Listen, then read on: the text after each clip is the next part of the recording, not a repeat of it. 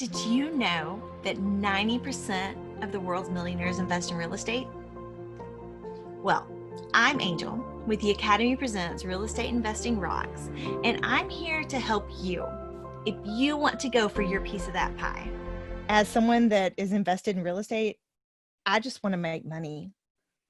And I think it all boils down to that for most people. I mean, yes, I want to make people happy. I want to provide them with, a solid home, a good community to live in. This is remember. This is me you're talking to. That was my response. I was like, you're like, oh well, I just want to make the world a better place. I'm like, who the fuck are you talking about? I'm like, we're here to make money. I'm like, no, you're not selling this. I guess like at the end of the day, if you're making enough, you can donate to charities and you still get to help people. Yes. But I want to make money. No, we're here to make money. That's why we're investors. So as far as a real estate professional, I have been a full-time real estate investor for 15 years plus, almost 15 and a half. Am I a real estate professional? Yeah. I don't know anybody who would say I wasn't. Would you say I wasn't? Well, no, I've got like 15 angles going in my head right now. Okay. I'm thinking about I teach people how to invest in real estate. Yeah. Because I mean, honestly, making a whole bunch of money, it's not that I don't want to pay taxes. It's that I don't want to pay taxes. I make a lot of money in real estate.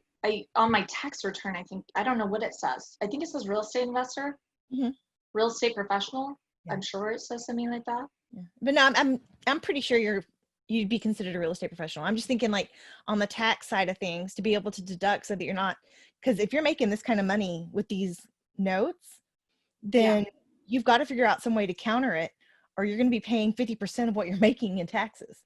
Oh, no, I have been. I was giving 48 cents of every dollar that I made starting in 2011, running up until just a couple of years ago. When I bought my first Airbnb. Oh no, the government was, no, like I was taking it where the sun don't shine. I did too. No, I used to talk about it openly, like, yeah, every April 15th, I took a good pounding from the government. It was terrible. It was seriously terrible. And no, I hate taxes. I hate paying them. But you know what's worse than paying taxes? Not making any money. Yeah, no, I hear you. I just, in the back of my mind, I'm always like, how do I keep everything I'm making? How do I keep everything I'm making? And I actually have a really good account. Well, she does. She does. She sheltered a bunch of it. But I still, it was like 48 cents of every dollar. Well, that's painful. It's painful. It really is. But, if you're in a tax bracket, you're in a tax bracket. And but you know what? It wasn't, not every dollar is taxed there, which is nice. Mm-hmm. So you're in, certain dollars are taxed there. And she was able to hide. Bad word. Shelter, right? We were able to shelter. And she was able to shelter a lot of those dollars and put them, not enough of them, but that's one of the things that we really enjoy about passively investing in syndications, because of like with the cost segregation, we get to deduct so much, and it's really nice. Yeah, but it's not as, I mean, it's passive, but it doesn't make like what this does, and this is passive too. So I'm kind of looking at both sides of it and thinking, So here's the thing with us. This makes money passively, but this makes, so I get what you're saying. It's kind of like, it's a catch-22. It's, you're paying taxes, but guess what? You're making money. So do you want to make money or do you not want to make money? Oh, no, I absolutely hear you. Because I mean, like, you have to pay taxes, but you got to make all that money. and you have Right. the money to pay the taxes. You don't want to have to pay the taxes, but I mean, you theoretically have the money. So it still And sucks. you're enjoying the stuff. You Yeah. are enjoying the stuff that the money brings. So it's kind of like, yeah. No, but you do need a really good accountant to help you shelter a lot of it and shelter as much as you possibly can. She did tell me at one point, once I hit 2017, she goes, you gotta go. She was like, you gotta go buy some property. So, and that's why I got into Airbnbs. I just couldn't bring myself to go do Section 8 rentals again. I was like, I don't want that anymore. So I went and I went into Airbnbs, which I gotta tell you, I do love my Airbnbs. Yeah, no, I mean, because they bring in 3 times regular rent. Yeah, because you rent them like it's per night. I mean, it's pretty cool. I mean, they are pretty cool.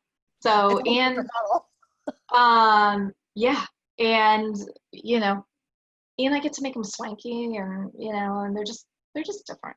They're pretty awesome.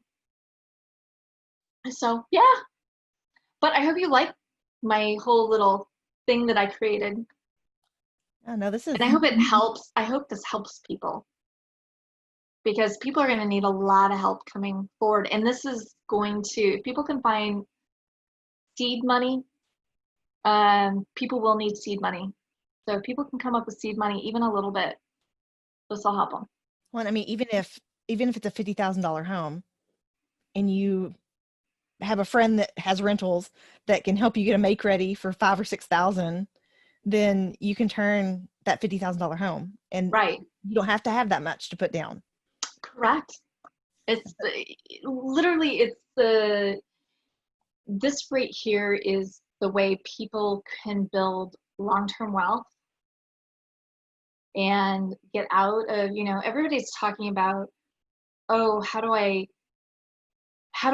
want to be a real estate investor, and I want to spend more time with my kids and stuff like that. I would love to tell you that I'm, the epitome of the best mom. I have a 14-year-old and a 16-year-old. My 14-year-old's going to be, oh my gosh, in a month he'll be 15.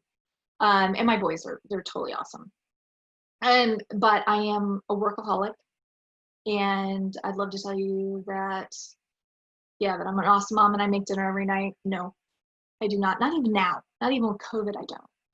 COVID going on, I don't. So I'm constantly working. I'm constantly doing something. So, it's an addiction.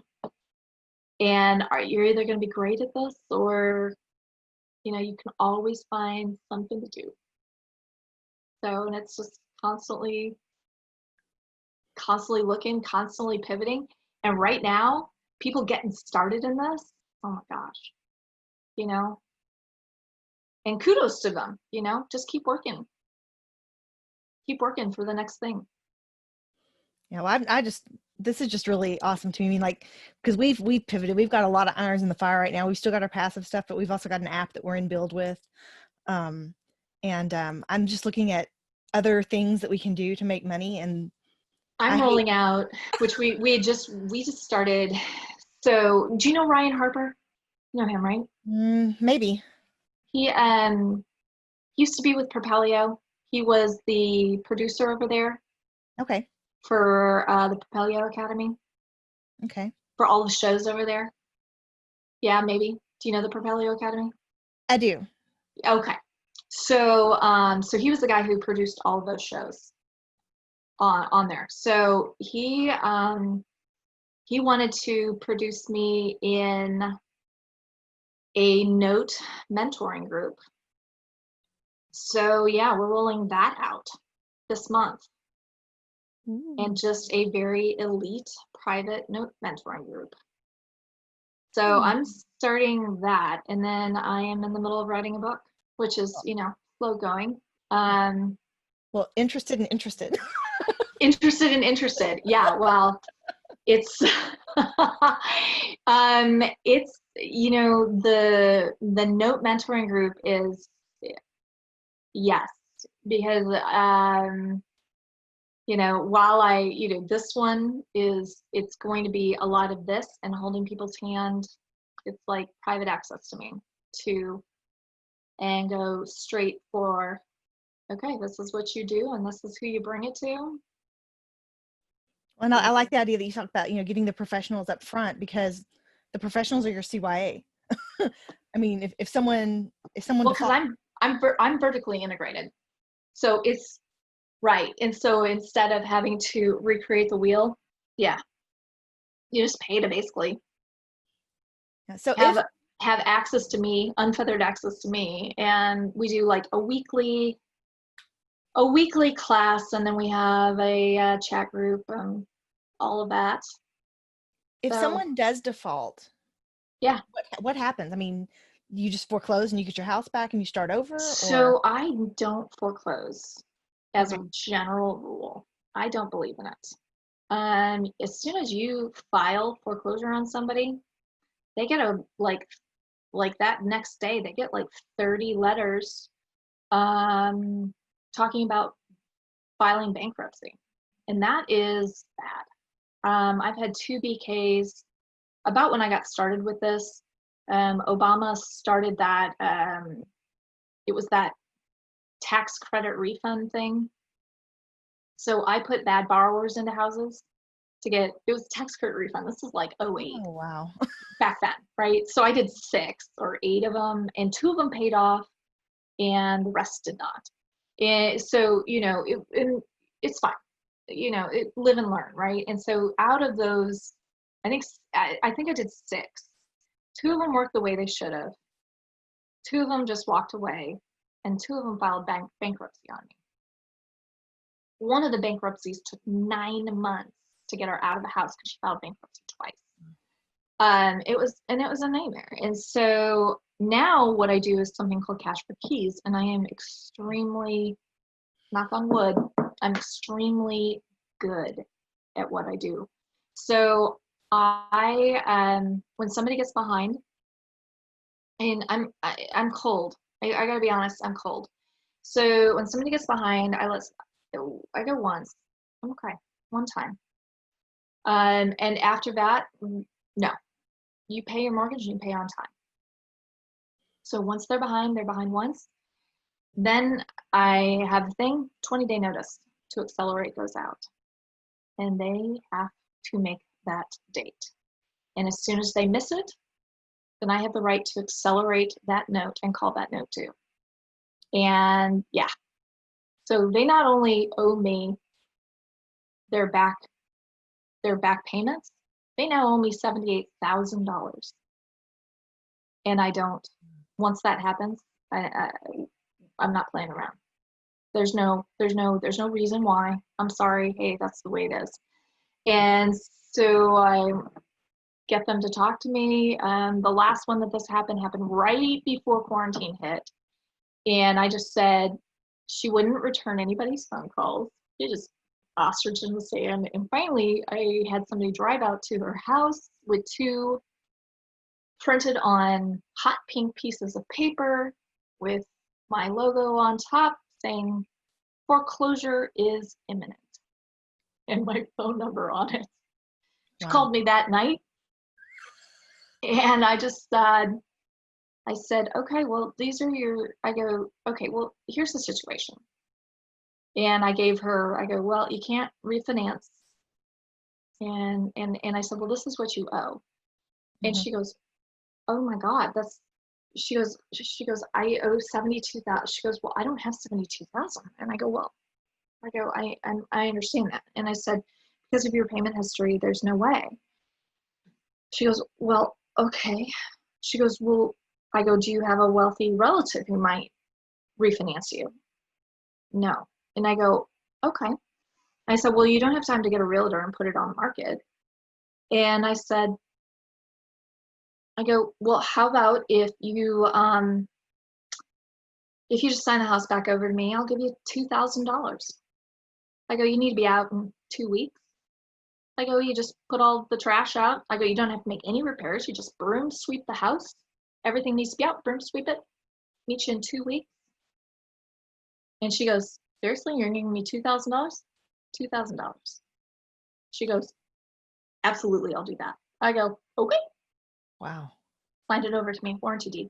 And I said, and I don't want to trip you up or anything. I go, we'll do a simple warranty deed. It won't even say foreclosure or anything. I go, it'll be like you sold it to me. Wow. And I go, and I'll give you a release a lien. Everything will be fine. I go, and in fact, it'll help your credit. That's awesome, though. It is. Wow. There's a question. Somebody said, do you put these terms, or it's from Rebecca, do you put these terms into all of your notes? Which, I'm sorry, I thought we were just babbling. What terms are those? I'm assuming that she's talking about like the 20-day acceleration, or you've got 20 days in the acceleration and those items. That's just by Texas. Well, that's just by law. So I don't actually know what's written into that note. Why you get a professional. That's why you get a professional. Yeah. All of that's just written into whatever that attorney puts into it by Texas state law. Good question, though. So do you have to get, is there a specific kind of attorney that you're looking for? No. But one that hopefully hasn't been disbarred by the state of Texas or whatever state you're living in. One that's good. Yeah. One thing I should tell everybody, make sure and read your documents before you allow your borrower or yourself to sign them. Read them.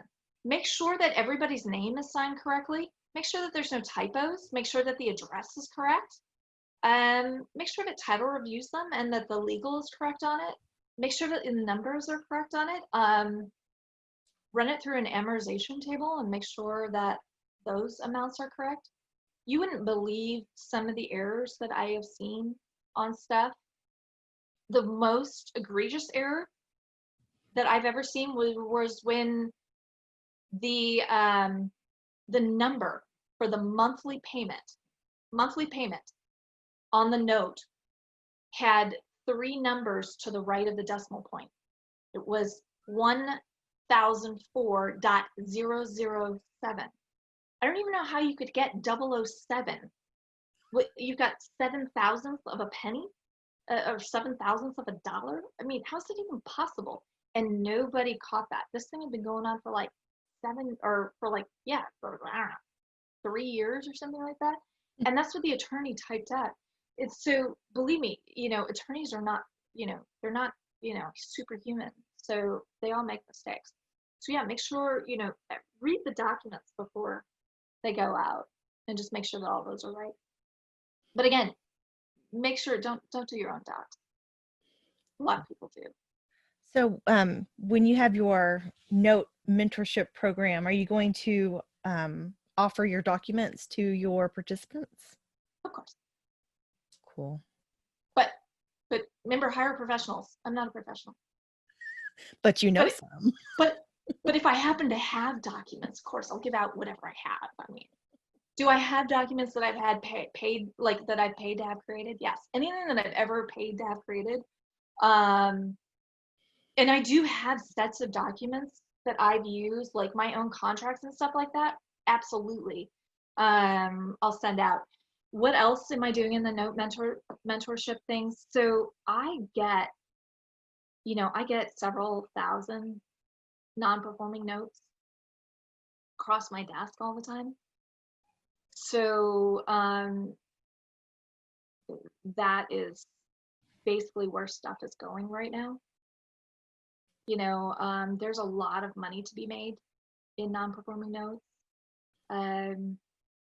especially because, there's a lot of people not performing on their mortgages right now.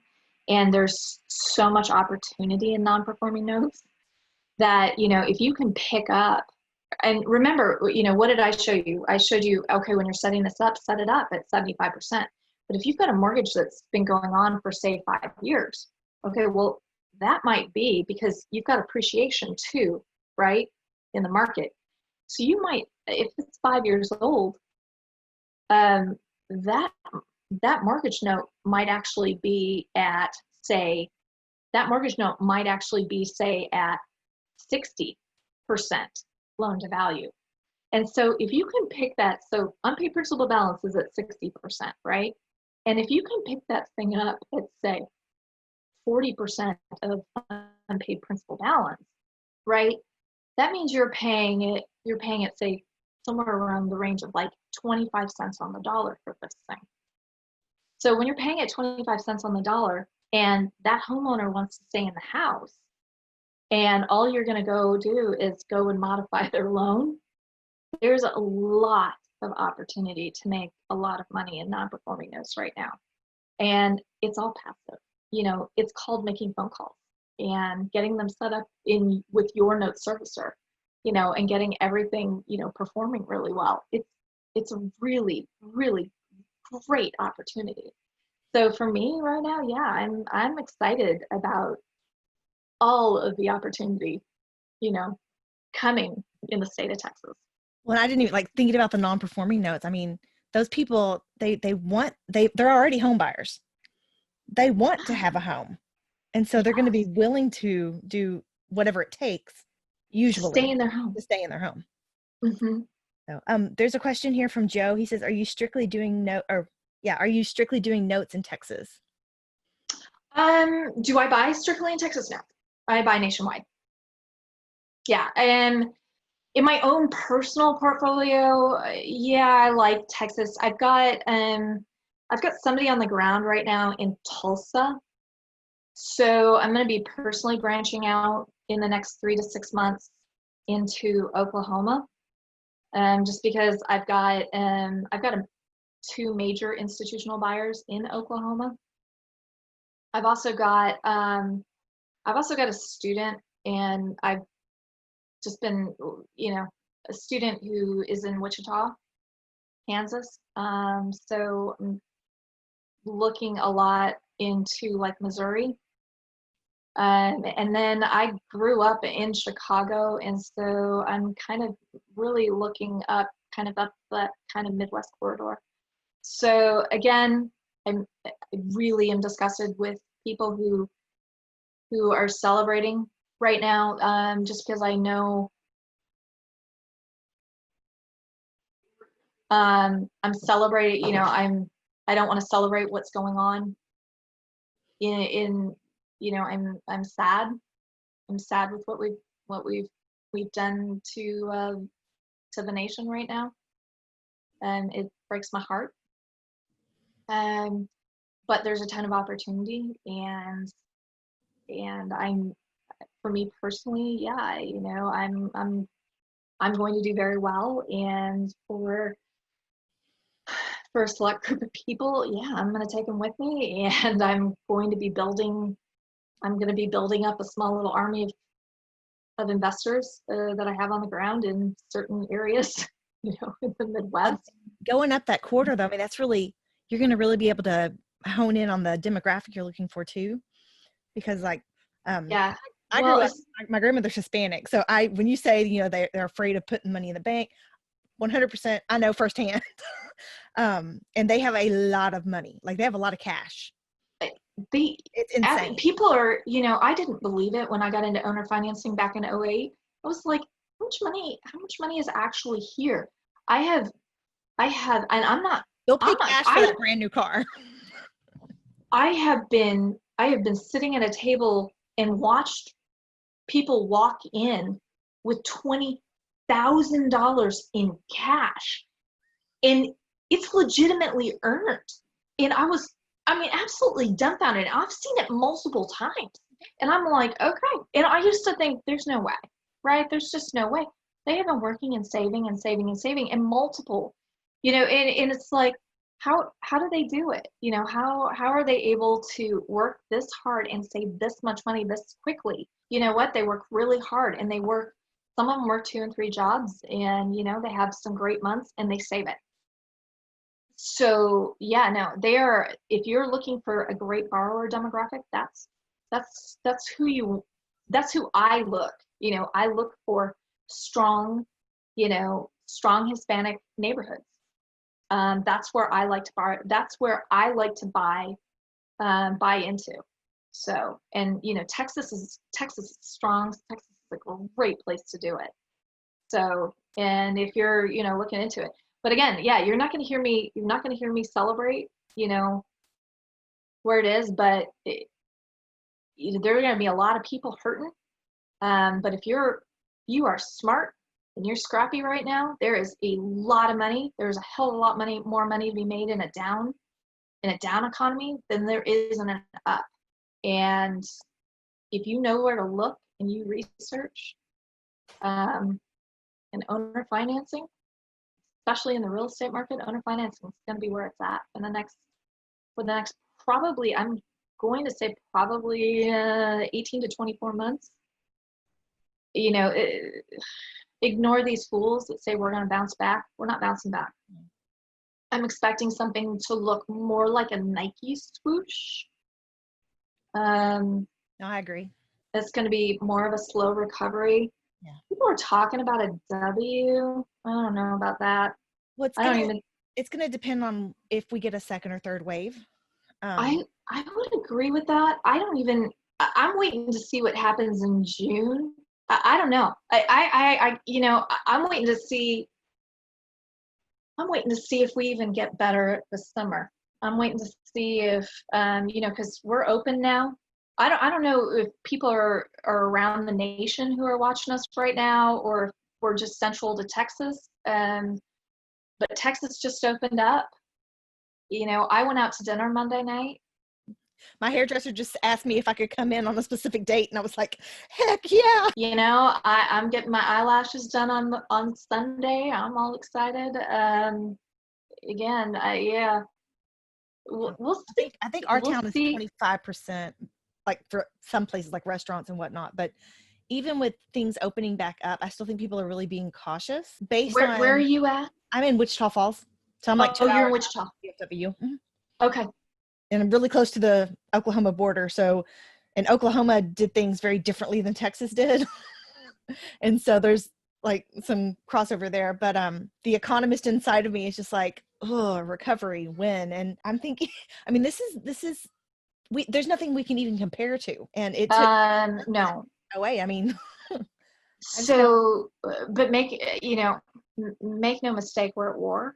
We're at war against a virus, and it's an invisible enemy, but we're at war. So I don't know where, how we get out of it. Kudos to the government trying to spend our way out of it. And again, that's another debate for another day. What it's gonna throw some money at it. What it's gonna do to our economy down the road. I'm expecting, soup lines, bread lines. That's what I'm expecting. I'm expecting Great Depression, something that looks like that.